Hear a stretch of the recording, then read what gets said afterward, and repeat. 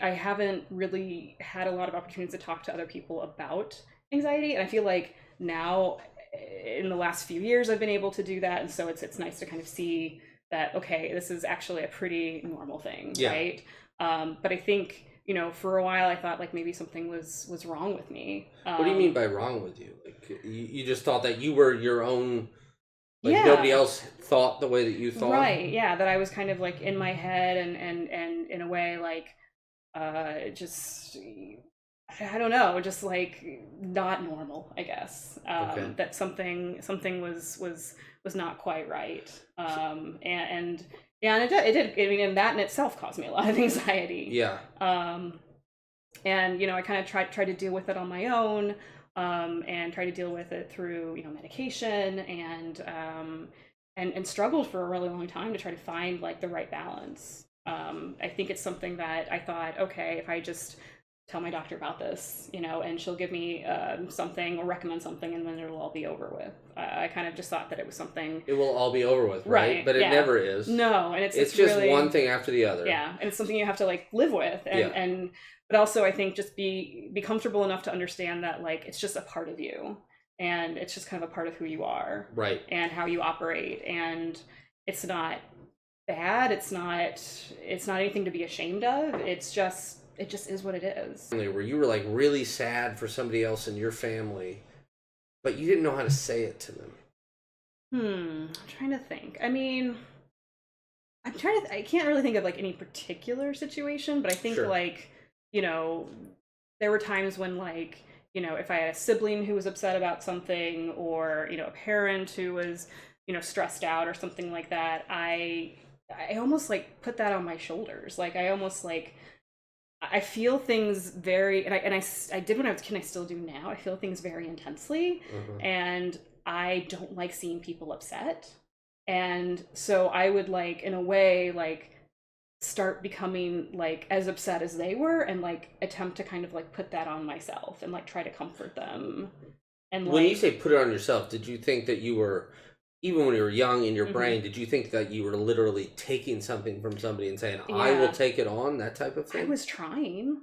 I think on some level, I thought that like, I'm already feeling pretty sad most of the time. I think I can just kind of handle this. I thought that I could. Okay. You were feeling pretty sad most of the time, just a base level of sad. Yeah. And from a very young age, yeah. Did you talk to anybody about it? Yeah, I mean, I talked to my parents about it, and they were, super encouraging, and asked me, what's going on, especially things around school. They wanted to like make sure everything was okay. My mom was a teacher, so she was used to kind of understanding like how music teacher, right? Yeah. Band director, yeah. Yep. Awesome. And so, she was really used to like, helping kids, and, she always was, gosh, her students to this day, like, talk to her and keep in touch. She was like a super empathetic person. And was your mom sad? I honestly don't know. I mean, I've never really had a conversation with her about that. I think it would be a great conversation to have with her. But I think, I saw, and I think at times, whether it was just trying to not, I just didn't like seeing people upset, and I felt like if I could be of any kind of comfort or help to them, I tried. But I think in turn, it didn't really allow me the chance when I was sad about something to really go to anybody else. Because I kind of then said like, oh, well, I can take care of this. I can handle it. Right. I can handle theirs. Why can't I handle mine? Right. Did that make you mad? I don't think it made me mad. Maybe frustrated sometimes. Mostly just at myself. Like frustrated that I couldn't like just have a conversation or be upset and that be okay. I think I was frustrated with the times where I really did want to express sadness or disappointment, or just things not going well. Well, wait a minute. Did somebody tell you couldn't express it, or were you stopping yourself? No, nobody. I mean, honestly, I was thinking about this the other day, and like nobody in my life ever told me that I couldn't do those things, which I think is really interesting.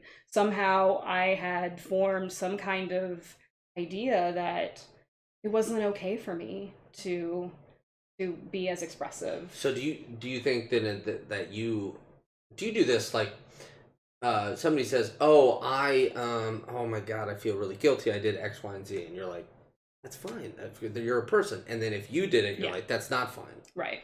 Yeah. Oh, so totally. If you got frustrated, if you got sad, did your family ever react poorly to that? And honestly, like, I really kept a lot of that from them when I was feeling sad. That's. What would you do? What do you mean kept it from them? What would you do? I would just kind of go in my room and listen to music. What kind of music would you listen to? Oh gosh, I listened to a lot of Beatles when I was a kid. Oh, the Beatles. Oh, yeah. You know something about that? A little bit. So yeah, I mean, and it's interesting because my mom was a huge Beatles fan, and so, honestly, like one of my earliest memories is listening to "Lucy in the Sky with Diamonds," and I was obsessed. Like I just became like so incredibly just entrenched in every single song. I would, go through my mom's old collections of like Beatle bubblegum cards and posters and all this other stuff that she had from when she was a kid. So yeah, I really, a lot of times when I was sad or when I was going through just terrible times in school and being bullied and made fun of and everything else, I think a lot of it was like I knew that my parents were working really hard. I knew that my mom was working really hard. I knew that they had a lot on their plates, and I just kind of just kept it inward. Like I just kind of would come home and go in my room and just listen to my music. And what did you said earlier? Sorry, bullied. You were bullied at school? Oh yeah. What can I ask? what like were people just would they say mean shit to you? Oh yeah, yeah. I was made fun of for my weight a lot. And I had very, very short hair at the time, and I was made fun of for that. Yeah, those were kind of the two things. And I was pretty shy kid too. Wasn't very outgoing, and so there were people who were mean about that, and kids can be pretty cruel. Yes. And that stays with you. You think you grow out of it, but a lot of that stuff is so, I feel like, ingrained in some of the ways you operate. Do you still feel like, if you're not consciously thinking about it, that is playing a part in your daily life, that type of stuff? It can kind of creep in there every once in a while, especially in times where, like, I feel like maybe uncomfortable in, like, a crowd of people or something like that, or I feel like I'm at the gym and I'm being judged, things like that. But you're a runner. Yeah. And you've run marathons, and you're running the marathon this year. I am, is that right? Yeah. I'm starting training pretty soon. So. And do you feel, not to skip too far ahead because we're still in the childhood. Did you run as a kid? No, that was another thing. Yeah, I was not, and a lot of it was because I was very just uncomfortable in my own skin, and I didn't want to exercise. I didn't want to wear shorts. I used to wear like really baggy jeans and large shirts and things like that to just really hide myself, basically. I was just so incredibly ashamed of the way I looked because kids would just be pretty relentlessly making fun of me. So, were you ashamed of the way you looked before kids said that shit? No, not really. Not good. Not that I remember. I mean, before that, I don't think I really had any kind of. It was never really on my mind. I just was, a happy kid were just a person playing. Yeah, it never really crossed my mind that like something was different about me. I was just being who I was. I think the lack of confidence that was a big part of that creeps in, definitely. But I also try to like see it as an opportunity to be like, okay, I went through this and I know, how this feels. And I'm older now, and to your point, like those kids were probably also in a really bad place too, and acting out in a way that was, not very nice, but, clearly they were going through something too, right? And I think most kids, that's, depending on what's happening in their lives, they either turn inward or they project outwards, right? Mm-hmm. And there's that dynamic. I think in my life now, it's actually made me more empathetic because I feel that and I can understand that and see it in other people and see that similar pain, and try to understand, like, maybe they didn't have the exact same story that I did, but something similar, something along those lines. So while it's not a great thing to have gone through, I think, and maybe this is cliche, but it's true for me at least. It's definitely made me a stronger person. It's made me more resilient, I think, to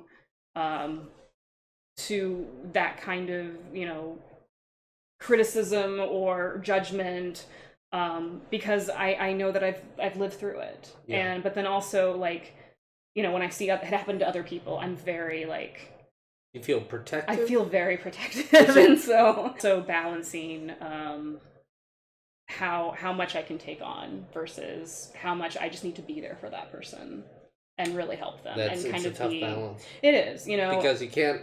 Oh no, sorry, go ahead. Yeah, because I think when I was younger, I definitely wanted to take all of it on, and I wanted to, like, solve the problems, and I wanted to. I didn't want anybody to be super upset and just going through pain. I remember, now that we're talking about this, there's this memory that's come up.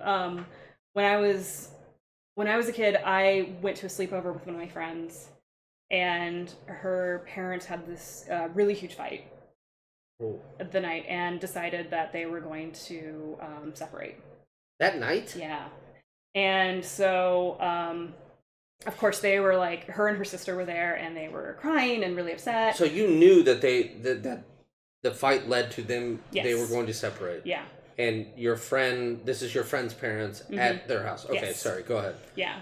And so, and of course, it was just, I never experienced anything like that before. Yeah. I was just, and I was, I Wait, were you at my house?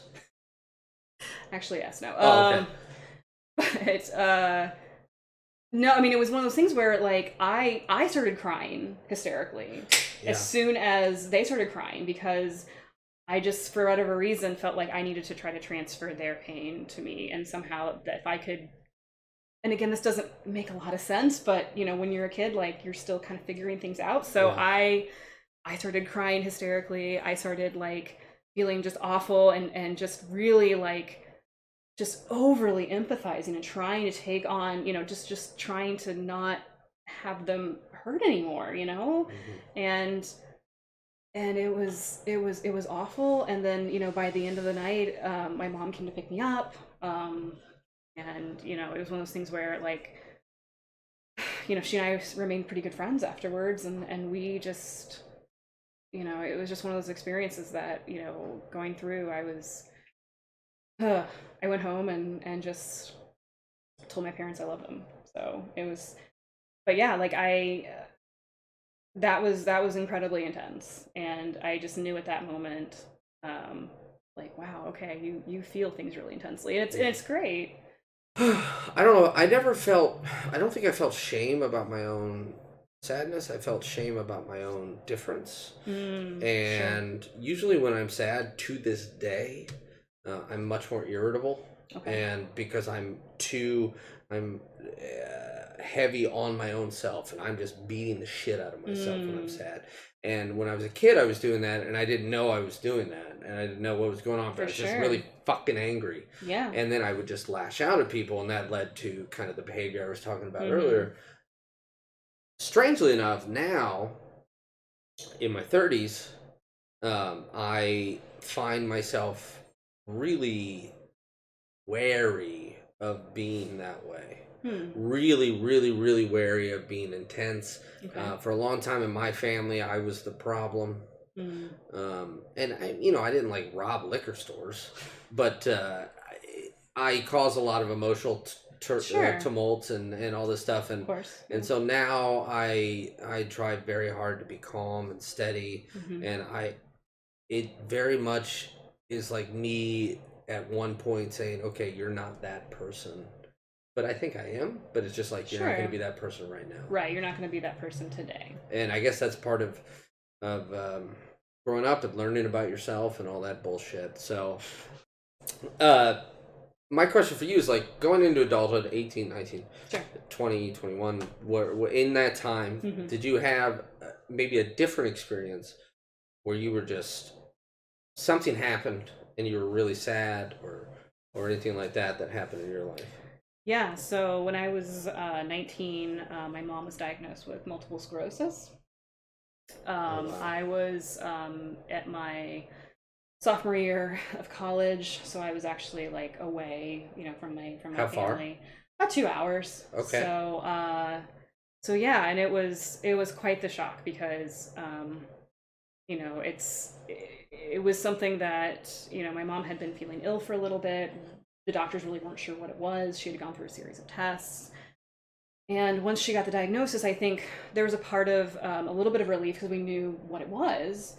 But then very shortly after there wasn't a whole lot of time after that where it was just very heavy. And I felt just awful. And I felt such... Awful? Why did you feel awful? I think because I wasn't there. I think because I was at school and I was doing my own thing. I was off on my own and I wasn't there. And I think I felt an immense amount of guilt about not being there. And an immense amount of sadness for knowing what she was about to go through.